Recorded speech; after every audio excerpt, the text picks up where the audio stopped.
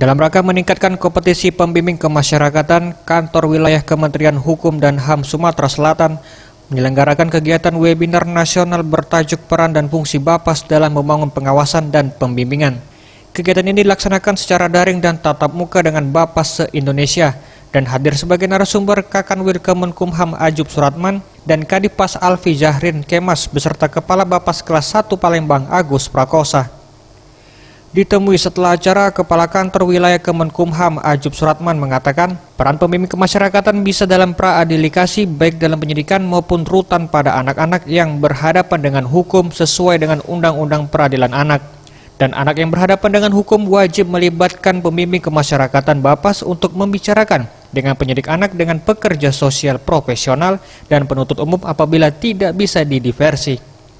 Untuk tidak dilanjuti ke pengadilan dan pada saat di pengadilan pun tidak diputus oleh pengadilan ke pidana penjara. Dalam peran PK Bapas itu bisa dalam tahap pra-adjudikasi, ya, baik dalam proses penyidikan maupun penuntutan itu pada anak-anak yang berhadapan dengan hukum sesuai dengan Undang-Undang Sistem Peradilan Anak.